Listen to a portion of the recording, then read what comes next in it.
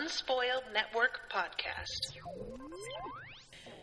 This is Spoil Me, covering Mage, Errant, Book 7, The Last Echo of the Lord of Bells, Chapters 70 and 71, Still Standing, and A Great Power Worthy of the Name.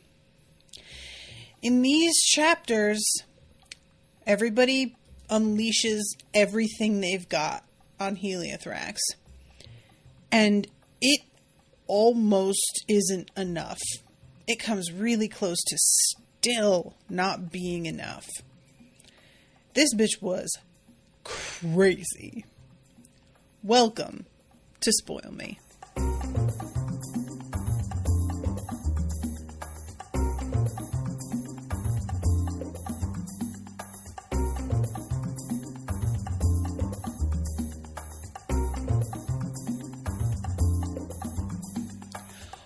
Welcome to the show, everyone. I am Natasha. Thank you very much to Dan for commissioning this episode. Dan is here in the chat along with Ms. T. It is January 2nd, so we have just started the new year, and we are in the final leg of this book. It is, 3 more episodes after this, one of which is the end of series wrap-up. It's not even, reading anymore, which I'm actually really looking forward to because I know that it's been mentioned that Bierce writes additional little stories and stuff, and I'm not sure if I'm going to be able to access those because I think they're patrons only. But if I can just get some broad strokes plot info from y'all in the chat for that episode, I would be very interested to hear about some of the additional things that he has written about. I don't need you to get me pirated copies or anything. I don't want to rob artists. But I wouldn't be mad if you were just oh, there's an additional story about so-and-so, and just gave me a very quick rundown of the basics of the plot, because I am fascinated by the idea of an author who is in the midst of creating their work, and they use a Patreon to disseminate additional ancillary material as bonus content. I just think that's so smart. And I find myself constantly compelled by this idea and sort of thinking to myself, is that what I should do? Should I have a subscription model to make myself keep writing? Is that the way that could I crack the code of my procrastination and my constant tinkering by just putting stuff out there as finished in quotes, because it's never really product, before I actually feel it's ready, and allow everybody to be part of the creation of the thing, which I know isn't exactly what he's doing, but you know what I'm saying? I just have a hard time with getting on my, getting off of the tinkering and on with the actual plot. And I don't know, I really like this concept that he's got going on. I'm sure it's not his original idea. I'm sure other authors have done this, but it's the first I've heard about. So I just find that really fascinating. I'm looking forward to talking about all that kind of stuff, as well as just the world itself. But we are not there yet. So let's start talking about these chapters, in which we really get the climax of the battle, as well as some moments of real sacrifice. And I thought we were going to get some potentially other deaths. I will tell you what, I have been debating in myself whether or not I believed that one of Hugh's friends, or even Hugh himself, was going to die during this battle. I think it's safe to say at this point that is not going to happen. The battle is pretty much over. Once Heliothrax is dead, that's kind of a wrap on that, right? I'm sure there's other stuff to deal with, but nevertheless. But, there was this whole thing with the lining up of some of the characters in this series with characters from Harry Potter. And while he has gotten mostly away from the 1-to-1 ratio with a lot of it, I couldn't help but think about the fact that a J.K. Rowling's original plan had been to kill Ron off. And how much better I personally think that would have made the ending of the series. I genuinely think Ron should have died. And I get why she didn't, but I also feel like that was her pulling her punches, and he should have. And I couldn't feel that way about any of Hugh's friends or Hugh himself.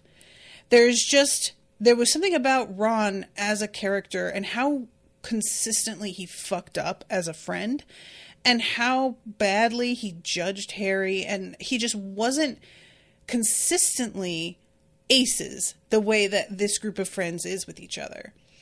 And I couldn't help but sort of feel like it might be a requirement that you do something to make up for all of the times that you have not been there for Harry. It was his time of need, and you just literally turned your back more than once.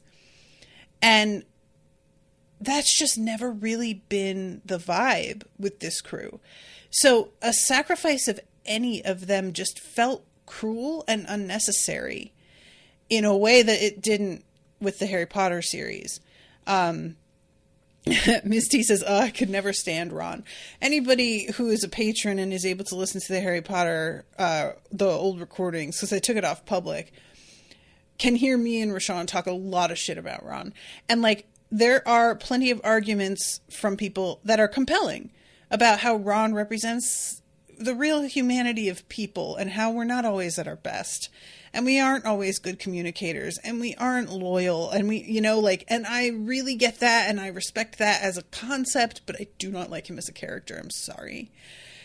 So anyway, this section, I just felt real relief, and it didn't seem like Bierce doesn't feel at all like an author who just sacrifices people for the shock value of it. There are definitely writers out there who do that. And I wasn't really expecting it of him, but you never know, do you? You know? And honestly, Indris dying here, I felt really good about. Her death and how suddenly it seemed to have happened. I was like, kind of feeling like, well, her dying actually makes sense, but I'm a bit bummed that it felt kind of abrupt. And then it turns out that she's still alive despite everything. And I was like, oh, maybe he's walking that back. And normally I get really salty if somebody seems to have been dead and is later revealed to have been only injured. Y'all, anything that I have covered, you know this about me. And it is because it's a really tired trope of as a writer, either I'm not willing to kill somebody, or I want the shock value, but I don't want to commit enough to the shock to like actually follow through with it. So you would have thought that once Indris is revealed to still be alive in this section, that I would have been like, oh God, of course she's still alive. Like, I wasn't at all. I was like, oh shit, I just assumed she was really dead. That's great. But then she winds up dead anyway. And it was really, really well done, where even though I should have already have let go of her, this second time where the way she dies, she's such a boss. And I felt the loss anyway, even though it had kind of happened already.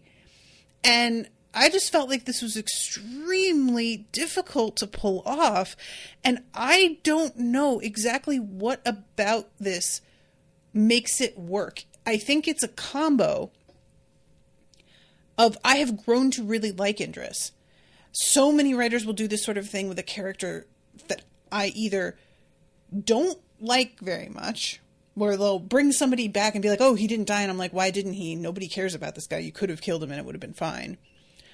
Or, oh, they're not really dead. And of course you knew they weren't going to really die because they were such a central character that nobody believed this person was dead. Indris is enough of a side character that I believed for sure she was dead, but I had been given enough time with her to really grow to like her as a person, even though she is a dragon. I still think that's person, right? And then the fact that she was still alive, but there was no fake out exactly. It was simply everybody saw her body and they didn't see her moving. And it seemed like, well, she's going to be taken by Heliothrax. And then there's this attack that looks like it's definitely going to kill anybody who isn't protected. And she's still alive. There's a lot within it of other characters assuming things based on only what they can see. And so it doesn't feel like I'm being tricked. It doesn't feel like I'm being manipulated. It just feels like I'm getting the same information as the characters are as it's happening. And they are distracted. They have a million things that they're keeping track of, both outside of themselves and inside their head with their spells and spell forms and all of this. And there was also the just aspect of like, I want Indris to survive, but I also, it would be convenient if she didn't, because Heliothrax is about to take her magic, which is terrifying. So I had really conflicted feelings about it, you know?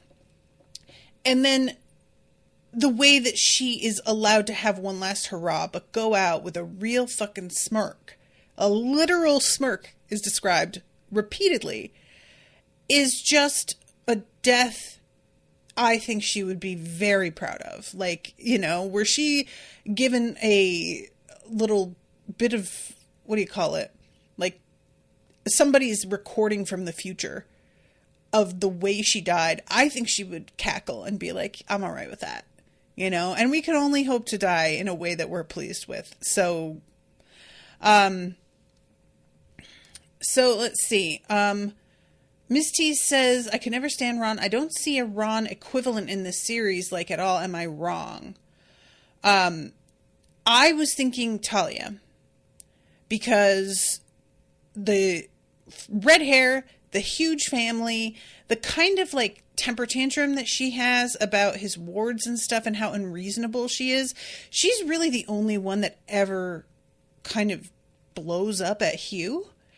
And the feel of that and how unfair it was reminded me of Ron a lot.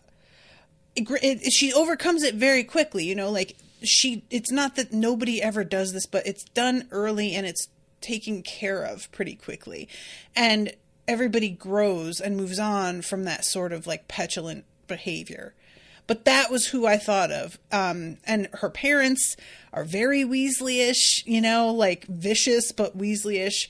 Her family being like daredevils who really do a lot of like wild experimentation, felt like the Weasley twins. Like there's a lot for me about the vibe of them and their reputation as being kind of like savages, where the Weasley family is seen as like poor sort of bumpkins, I guess is the word I want.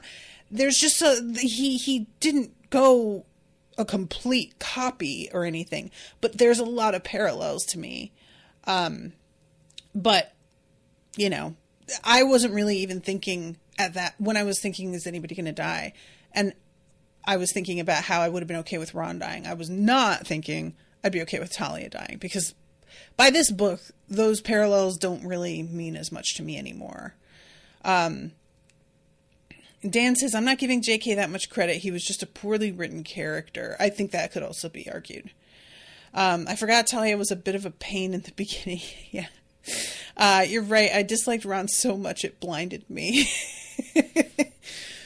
Okay, let me get into this, but it's only 2 chapters and it's a lot of battle that like can be, for the most part, summarized pretty quickly. So I don't feel bad about deviating a little bit from just chapter talk this time.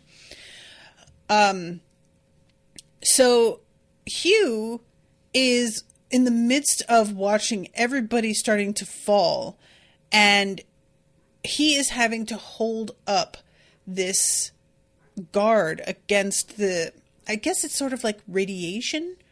That comes a little bit later, but let's see. In a desperate effort to protect them from the sunworm, he couldn't see Leon's missing arm anywhere, but he didn't have time to search. Y'all, Leon lost his arm after losing a finger on his other hand. I have to think he's going to be just ecstatic over this. Like, that's a lot. He didn't lose the arm from the same side either. So he's missing an arm and still missing a finger on the other hand. So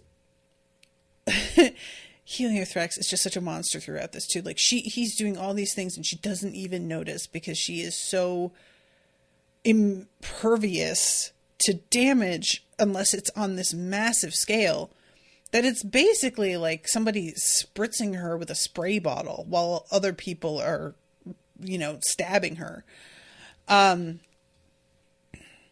So speaking of Talia, Hugh could feel her rapidly charging toward the battlefield through their warlock pact and wished something would delay her. There couldn't possibly be anything else she could do to affect the flow of the battle after the absurd display of the power she'd shown off. The librarians errant fell, one by one, as Heliothrax deliberately targeted them. Hugh could hear her taunting Alustin as they fell, calling him both the last Helicotan and the last librarian errant. Mackerel, go resupply Alustin with paper and be ready to devour the last resonator when they free it. Mackerel hesitated only for a moment, then darted off at high speed. I was so worried about Mackerel. Can we just take a moment, you guys?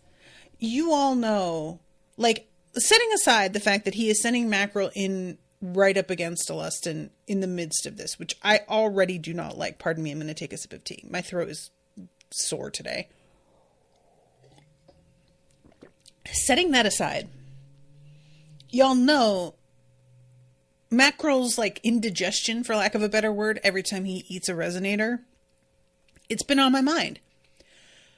It turns out not to have been an issue, though. By the end of this, there's no description of him having a hard time.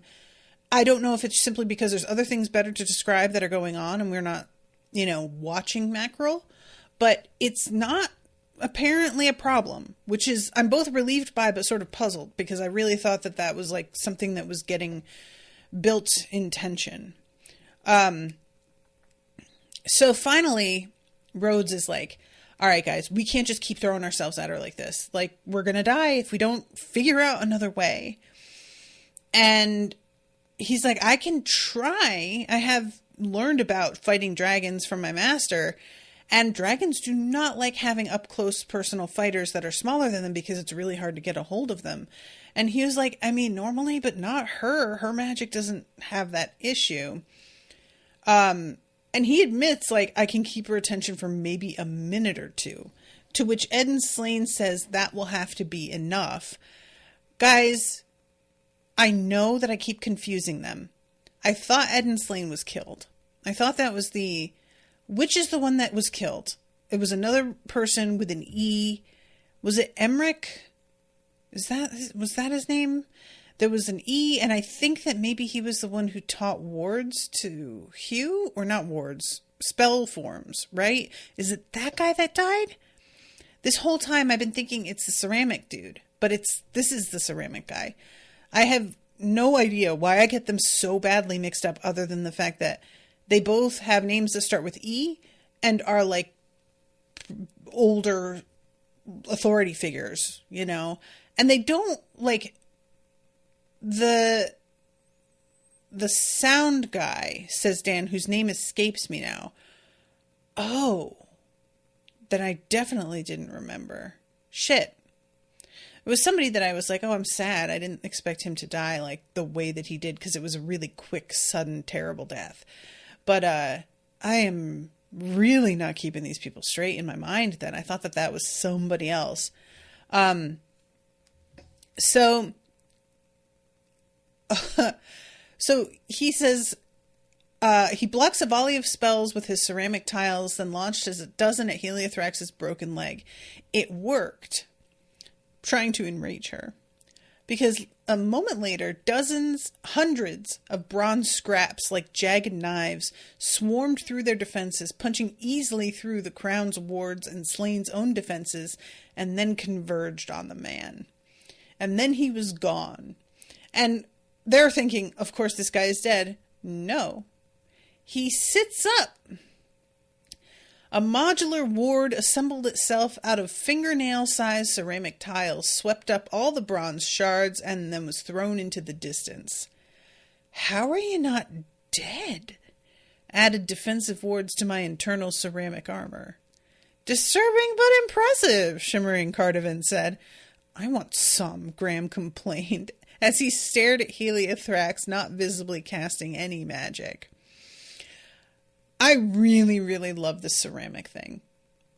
I feel like there's something about it that appeals to the artist in me. The very tactile and practical, like, texture of it all. I don't know. I like it. I'm the more that I like think about what I would like, the more I'm thinking ceramic might be the one I would want to go with. It reminds me of paper. But there's a solidity to it, whereas paper is so delicate in certain ways. And that's the advantage in the way that Alestin has learned how to use it. But I like things that are a little bit more stable. I think that you've got to be willing to take more risks with something like paper. And I am not a risk taker. I'm just not. So this is when Rhodes uses this illusion magic to make copies of himself. And there's 7 in total eventually that are like flying at him.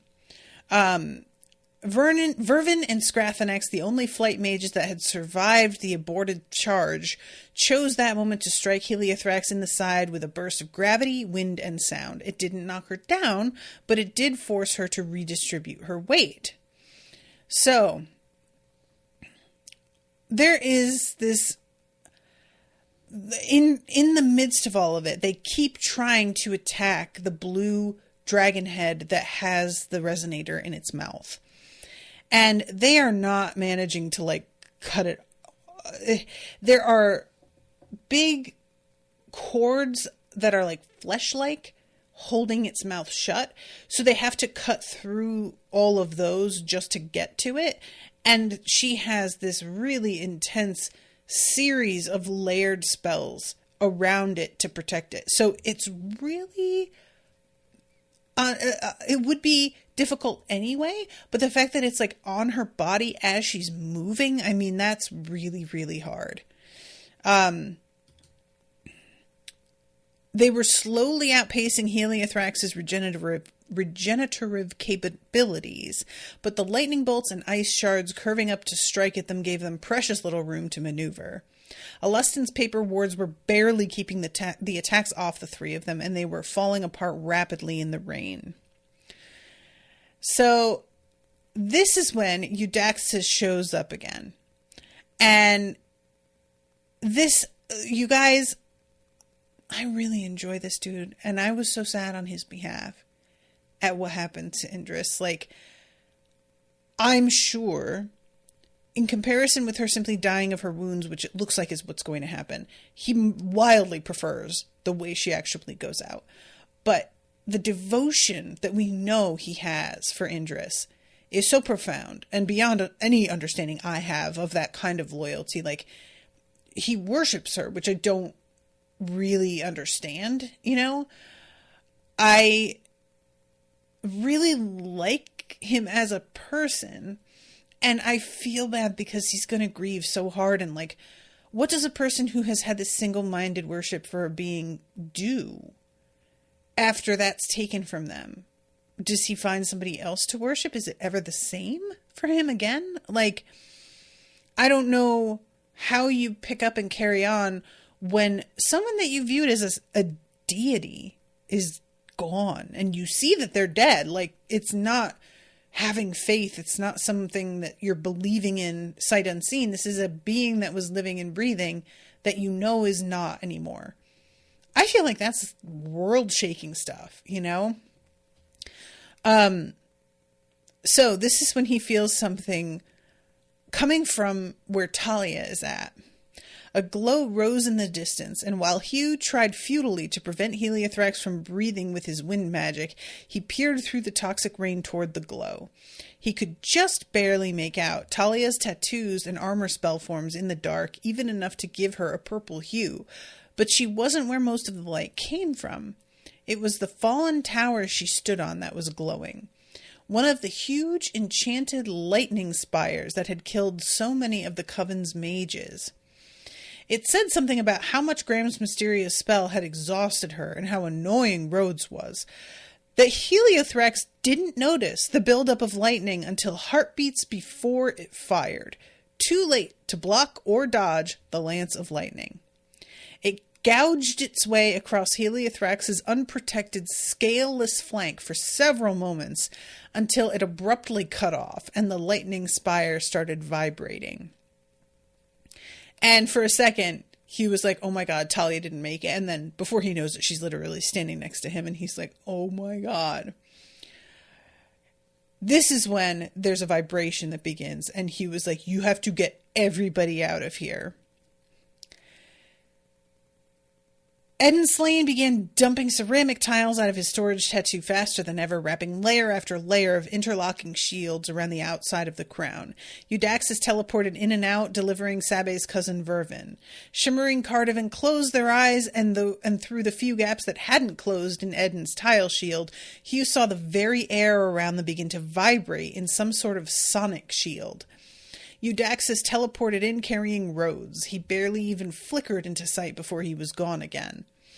Godric raised a thick stone wall between them and Heliothrax. Eudaxus teleported in carrying Sabe, and then they were out of time. Alustin and Mackerel were still out there. Heliothrax's shockwave rolled over them, and it crushes Godric's wall into gravel. Dust in some places. The outer layers of ceramic tiles were almost entirely blasted apart, but as the wild magic rolled onward, more and more of each layer stayed intact. Not enough, though. Hugh threw everything he had, every single drop of his mana, into the impacted ward segments. Threw the entirety of his will-imbuing ability into adapting the crown against the wild magic shockwave. And Hugh held. He abandoned his personal ward, trusting his protection entirely to the outer layer of the crown. Everyone was depending on him. The nodes around him clattered off his shoulders and limbs, falling to the ground. And he held. And Hugh held about 6 more times, with various descriptions of how shit is being dissolved and destroyed around him. And eventually, it's over and he collapses and he's just got to face that, yeah, he did something amazing, but also now he's out. Like, he does not have it in him to just stand up and keep fighting after that. So, yeah, this is the part where Eudaxus sees Indris's wounds. If she wasn't already dead, she would be in moments. Lying beside her was the corpse of Scrathanax, who had pointlessly tried to shield his mother from the shockwave with his own body. You guys, that one hurt. I didn't even really know Scrathanax that well. It's just that it's her child. You know? And, like, he was already so distraught at thinking she had died. And then finding out that she was still alive and maybe we can save her, and getting that hope, and then having to throw him and then dying. Like, it's just terrible. I felt so bad about that. And he's looking around and he's trying to see where Alustin is, where Mackerel is, and he can't get anything. He's not seeing them. He's not feeling anything through his bond. And then all of a sudden he feels Candoron. And we go to her POV. And for a little bit at first, the people at Skyhold are not aware that she has woken up and left, but then they realize the sphere is missing and they're like, oh, okay, well, we all know what's going on here. And it turns out that even though she's a lich, a bitch can travel anyway. She keeps her demesne in an extraplanar space, so she can travel freely, which is insane. Like, I know that it's not an unheard of thing to have demesnes that are capable of travel, but it's meant to be a bad idea. Like, Arthur, I can't remember the name of the ship that he was on that had been the demesne of a lich, and it was just way too small, and they went nuts, right? But evidently, the extraplanar space that she's got is fucking sizable. There's a star at the center of it, so I feel like that should be some indication how fucking immense it is. I am so mad at her for always having to do so much. Like, I respect it deeply as somebody who also does too much most of the time. But damn, you know, like, girl, you are just always doing too much. And to think that she already had this, she had already basically like broken all of the rules of lichdom by figuring out a way to carry her demesne with her. And she was still like, well, that's not good enough. I need an oven to roast my dragon snacks in. Yeah, all right. Now I think I see why she was just like, that was a little frivolous. You think? God, bitch, you need a vacation, like a real one. You need to relax, get a massage, and stop with this overachieving. It's just excessive at this point. So, she connects with the index, which is stoked to see her, with a glee born of centuries of frustration, of being confined to a space smaller than it should have been. The index exerted its magical muscles, and Skyhold's grand library began to change. Shelves moved by the hundreds, then the thousands. Books flocked by the thousands, then the hundreds of thousands. Walls and corridors rearranged themselves. Shelves and staircases accelerated up and down. The 24 souls inside the library desperately clung onto whatever railing or shelves they could as the entire library shifted. As a single door was revealed in 1 miles-tall wall. A door large enough to allow an entire wing of dragons to fly through at once. When Candaron had first designed the dimension expansion of the Grand Library, had first planted the planar spaces, something entirely unexpected had occurred. It had connected with something outside itself. Candaron had told everyone it had been an unanticipated interaction, but she had already taken the labyrinth's effects into account when designing the expansion. The library had connected with the stronghold of the Council. 70-odd years after the fall of Ithos, Candaron and the backers of the Ithonian Empire had an artificial connection forged between the hearts of their strongholds. They almost went to war, threatened to destroy one another, until other factions within the Council managed to broker a truce to bring Candaron onto the Council as a provisional member under one condition, that the door not be reopened, that the connection between their stronghold and Skyhold's library be kept sealed until a new treaty was signed, and for over 400 years that treaty held. For 4 centuries, Candaron dueled with the expansionists through proxies, foiled their plans again and again. She brought down aspiring empire after aspiring empire, crushed upstart conquerors and warlords again and again, and pushed expansionists back. Now, I am going to be honest with you guys. I don't feel like I fully understand this. The Council, the way that it's written here, the stronghold of the Council in capital C.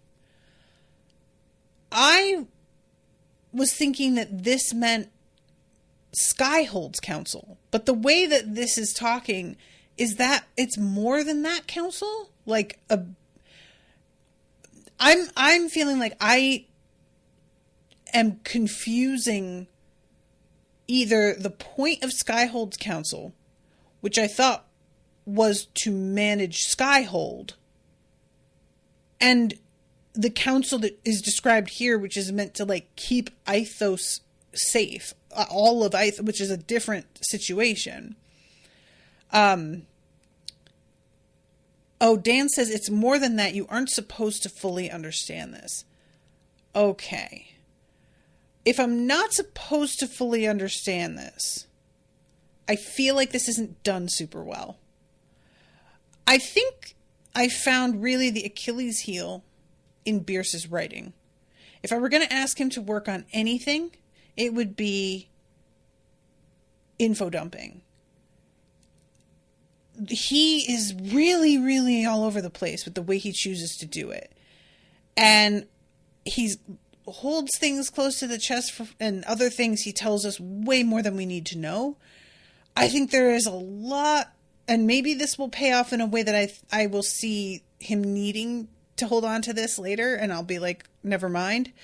But I feel like there has to be a better way to parcel some of this stuff out so that it all has a more tangible line than it has so far, where it feels like a bunch of random stuff that I just have to let float in place until I find a thread to connect them way, way later.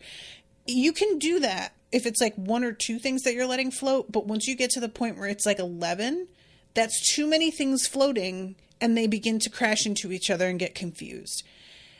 I need, if we're going to start talking about like the interdimensional beings and whatnot as well, I need more of this explained, and I probably would have liked it a book or two ago. Maybe earlier even. I think that it's clear he has a plan. It's not like this isn't, I'm not saying that this seems like a writer who is just making shit up as they go along and they don't know, because that has a different sort of like tone when that's what's happening and you can tell. But it leaves me a little adrift. And I feel like in a moment this dramatic, I don't want something happening being explained in some detail, but not enough for me to get it.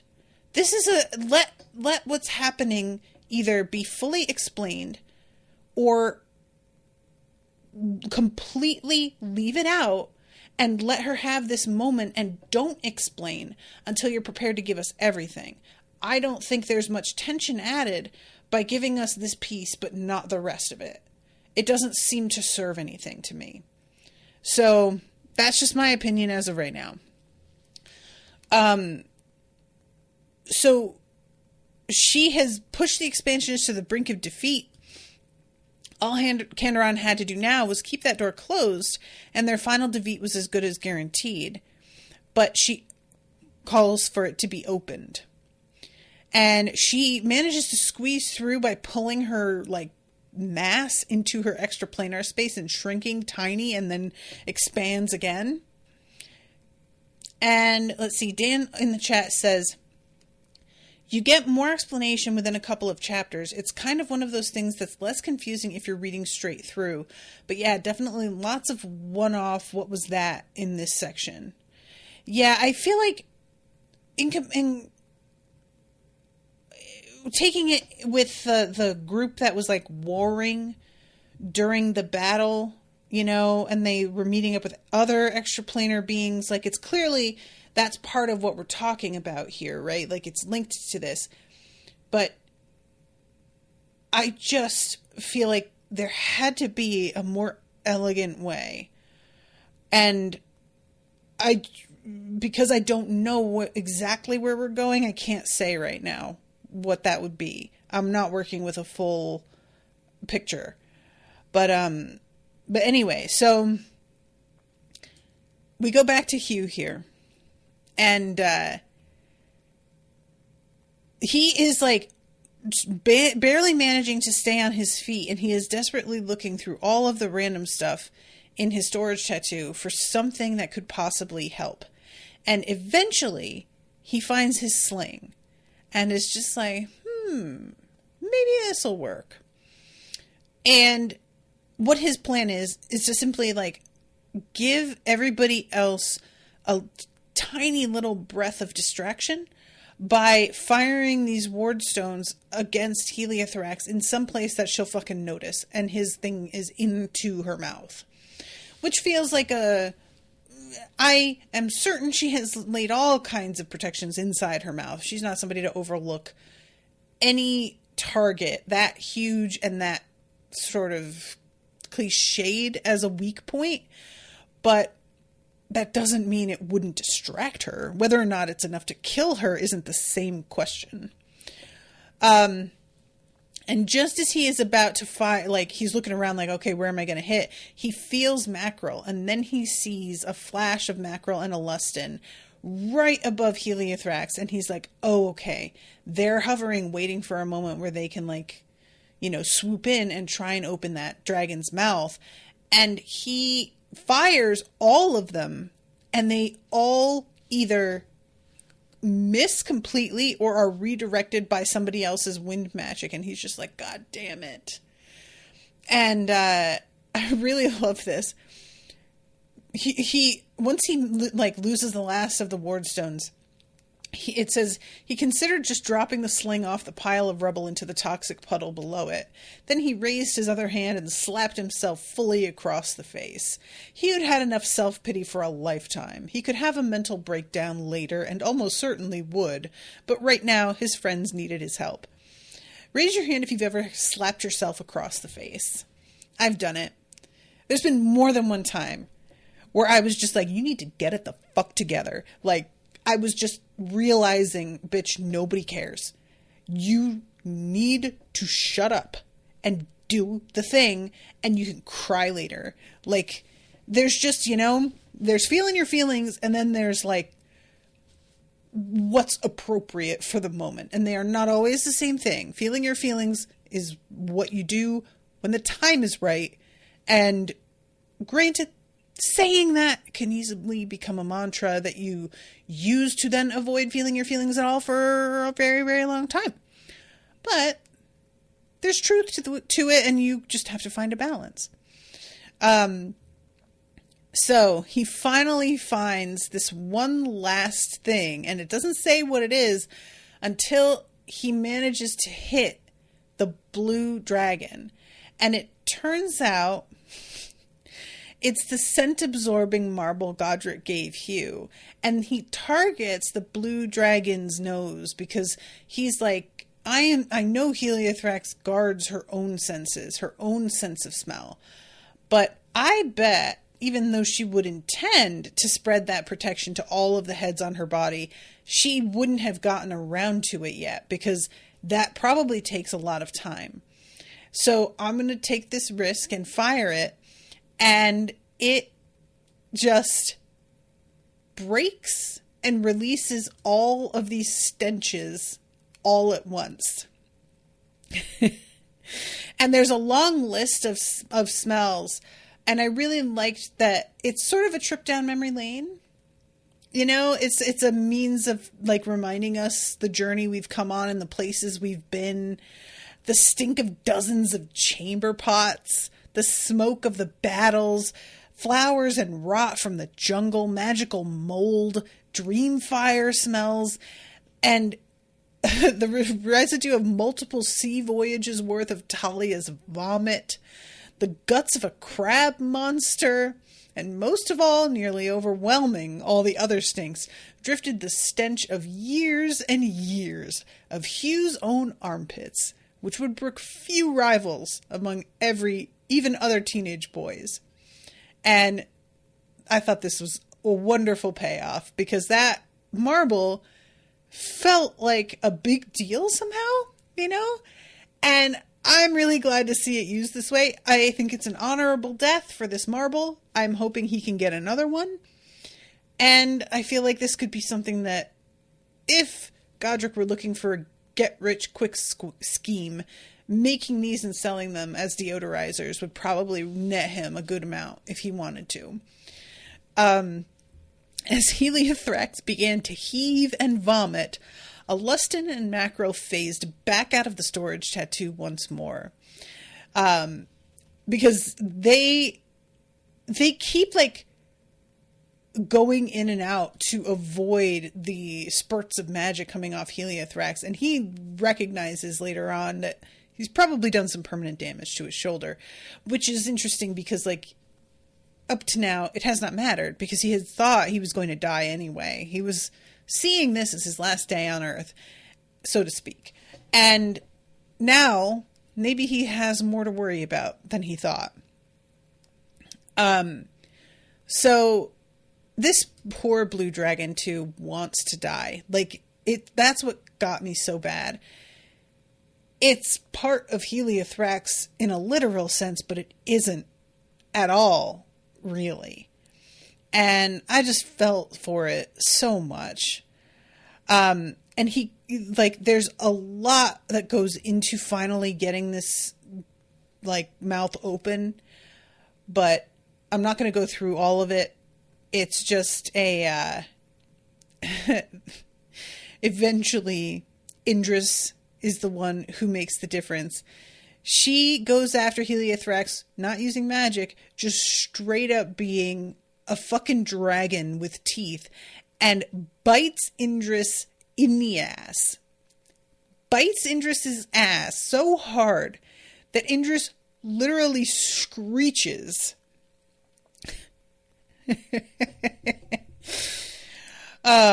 And the dragon whose head they're trying to pry open breaks its own last restraint.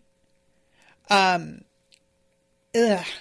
its tongue and its dry, salivaless mouth lay the final resonator. I appreciate that that's described that way because it's a combo of like knowing that the resonator isn't covered in saliva in just a practical sense, but also it emphasizes how this dragon is not really alive in any meaningful way. There's no bodily function still happening. And that makes it somehow so much more grotesque even, you know? So just as Lustin is reaching forward to grab the tongue eater or the resonator, it's like the tongue eater knows, and it just overwhelms his entire brain. And it overwhelms all of the different shards that he has been using for perception. And because he has those other mind shards, and it needs to overwhelm all of them before it can completely subdue him, he still has enough time to chuck the resonator to Mackerel. If he didn't have those, I don't think he could have managed this. And Mackerel, like I said, just chomps it down. The tongue eater didn't even bother assaulting his final mind shard. It withdrew from his mind entirely, almost as if to sulk. So that thing is terrifying. I really don't know what you do with it at this point. Like, stuffing it into an extraplanar space and leaving it there to rot forever feels like it seems neat and tidy, but I don't know if it's something that could be broken open. There's something about the way the tongue eater behaves that reminds me of the One Ring and how it wants to be used. So I'm like, could it still call to people to release it from, you know what I'm saying? And then this is when Indris dies. The Desert Storm Queen died with an infuriating smirk on her face, her jaw locked so hard into place that Heliothrax shrieked in that high-pitched whine once more as she tore her rival's teeth free from her flesh. The smile didn't fade, even in death, and Alustin saluted her. Oh, man. So this is when Heliothrax is like, enough with you guys. Did you think that you were just going to be able to fucking walk away after getting what you wanted? And even though they're all like, well, looks like we're probably going to die, there is still a jubilation because the main quest was to keep everybody in the world from being hit with the tongue eater, even if some of them didn't know that's what the quest was because they don't know about the tongue eater. And they have succeeded in that. So that being done, you get the sense that if we die here, so be it. As long as we manage to save everybody, it was worthwhile. But it isn't what has to happen. Because this is when Candaron shows up. And Hugh tries to be like, look behind you, but she doesn't. And we later find out, like, it wouldn't even have mattered because Candaron wasn't coming from behind. She was coming from the side. And Candaron locks her mouth around Heliothrax's head and blasts a star beam into the top of her skull. And when they're like, that is going and going, like, that's too long, that starbolt, this doesn't make sense, Hugh is like, check in with what's actually going on there, because it's not a spell. And they realize that she is connected to an infant star and is just directly venting starfire from it. That is bonkers. And like, honestly, even though she winds up dead, the fact that Heliothrax could only be killed with the power of a star, that is a legendary feat. She had to take the beam of energy from a literal, like, extra, what would one call it? I don't even know the words I want. Like, it's just so extreme, and it doesn't even happen immediately. She doesn't even die. Oh, hit with a starbeam. It has to, like, bore its way through all of these protections. So it takes minutes. Like, they have fucking conversations with each other while this is happening. It's so drawn out. I mean, I can't, like, credit where it's due. Heliothrax was fucking strong as... I mean, there's no way, right? I really wanted for her to be killed by the end of this. And I just don't see that anybody was going to be able to pull it off. She was too obscenely strong. Candaron's the only one. So I had said way back when it turned out that Candaron was actually alive, that I thought Candaron was likely to swoop in at the last second and save the day. And that I kind of hoped she wouldn't do it that way, because I wanted Hugh and his friends to be the ones to handle shit on their own. But I am satisfied with this because they've put in so much work before Candaron gets here that it does not feel like she just swooped in to save the day. She swooped in to kill the big bad after they had already saved the day, technically.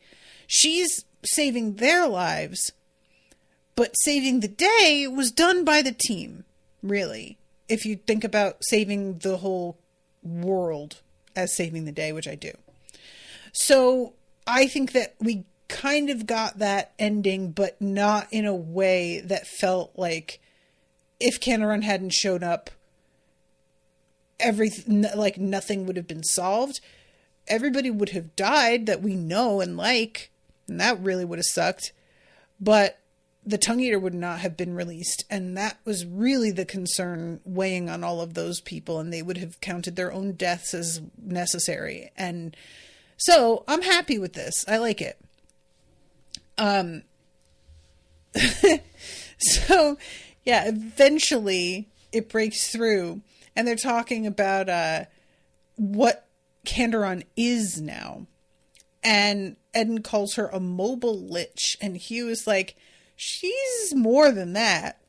She has a star for a heart, stores most of her demean in extra planar storage, and most of her body is made out of pure ether crystal. She's become a creature of nearly pure magic, which is pretty dope. So then Hugh goes and runs up to Candaron.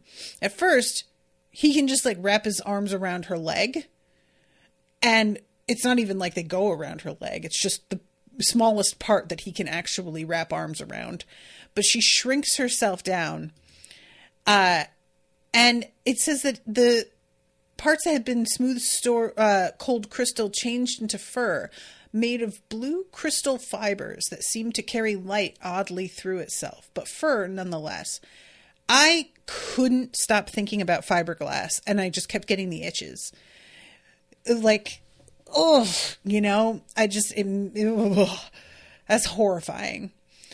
I know that's not what's actually going on here, but it just I couldn't, when you think of blue crystal fibers, you guys. And this is a really sweet moment. Errant says, "You're safe." And he says, "I should be the one saying that to you." And she just goes, "I'd have been fine. Don't you go worrying about me." "Yes, mother," Hugh said, rolling his eyes. Errant tensed, and for a moment Hugh worried he'd gone too far. And then she relaxed and started purring so hard it felt like she was shaking Hugh's bones.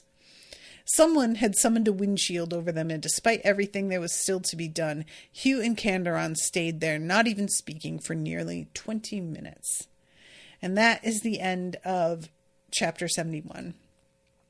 So that was really, really sweet. I cannot tell you guys how much I wish I could snuggle up against a giant cat that purred. Pippin purrs a little bit, even though he is a dog. I don't know how many of you knew this, but I didn't. Dogs purr sometimes. It's not the same mechanism that cats have, but it has the same sort of soothing quality. And so him being so much bigger than a cat, it has some of that satisfaction still. But I think all the time about baby, not even baby, I guess full grown tigers and stuff that you see handlers who are able to cuddle with because the animals are totally comfortable with them. And what it must feel like when something the same size as you or larger is purring and it can cover your entire body. A cat purring in your lap is one of the best fucking things. Something that's like body length purring. Amazing. Sounds so soothing. Oh my God. So I'm very delighted that Hugh gets reunited with her. And I am so curious what the deal is going to be with Alustin. Because Sabé at one point is like, "Are you going to try and tell us that you weren't trying to kill her?" And Alustin is like, "No, I was fucking trying to kill her. I failed, but I was." He's not interested in lying about what he did. He's nervous about seeing her. And he is aware that shit may not go well for him. But I have a feeling she is going to do what Hugh wants because she cares so much about Hugh. And part of what I think she loves about Hugh is the fact that he is forward thinking and not somebody who is bent on vengeance. And so if Hugh is like, "I don't think you should kill him," I think she will listen. But Alustin does need some sort of punishment. And I don't know what that looks like. I'm not good at thinking up punishments. I've noticed this about myself with other things that I have read or written. There are the only thing I can ever really draw any satisfaction from in concept is somebody being punished by being hit with the full awareness of who they are and the way they have made other people feel, which is a magical solution that cannot be implemented most of the time. And the only, this is a world that has magic. I don't know if anything like that is even possible, though.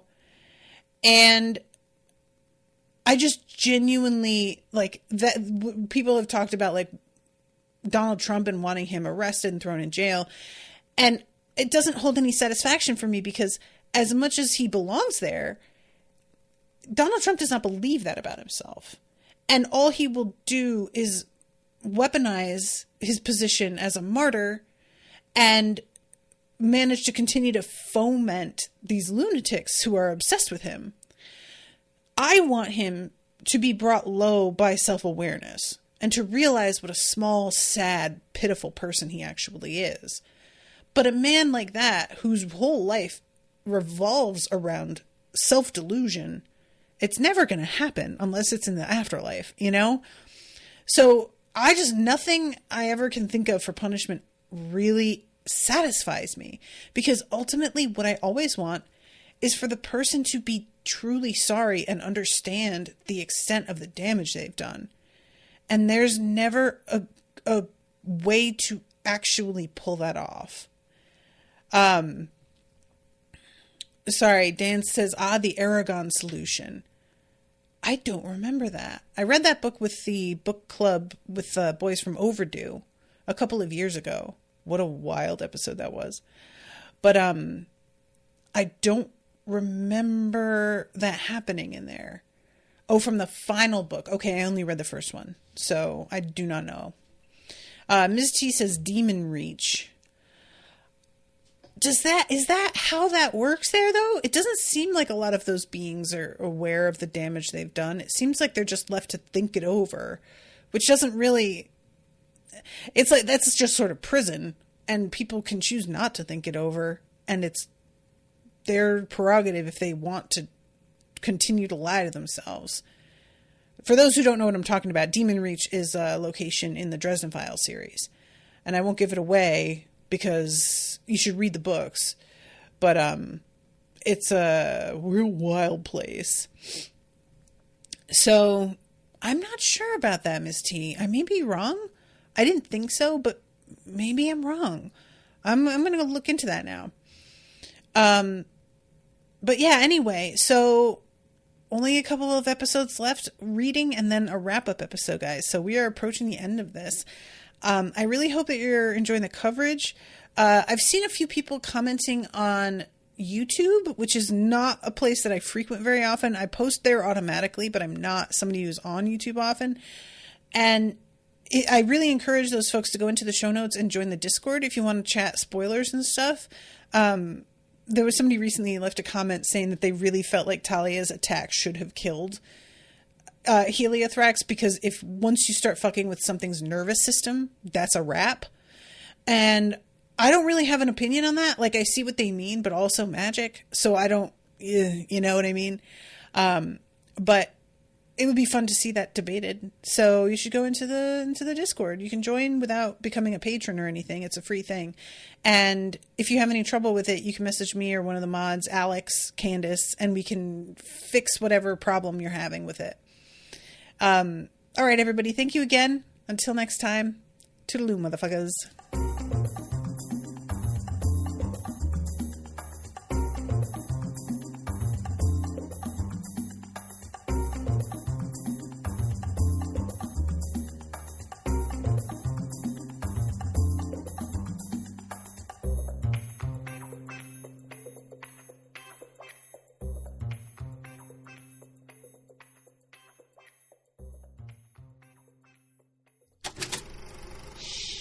That was an Unspoiled Network podcast.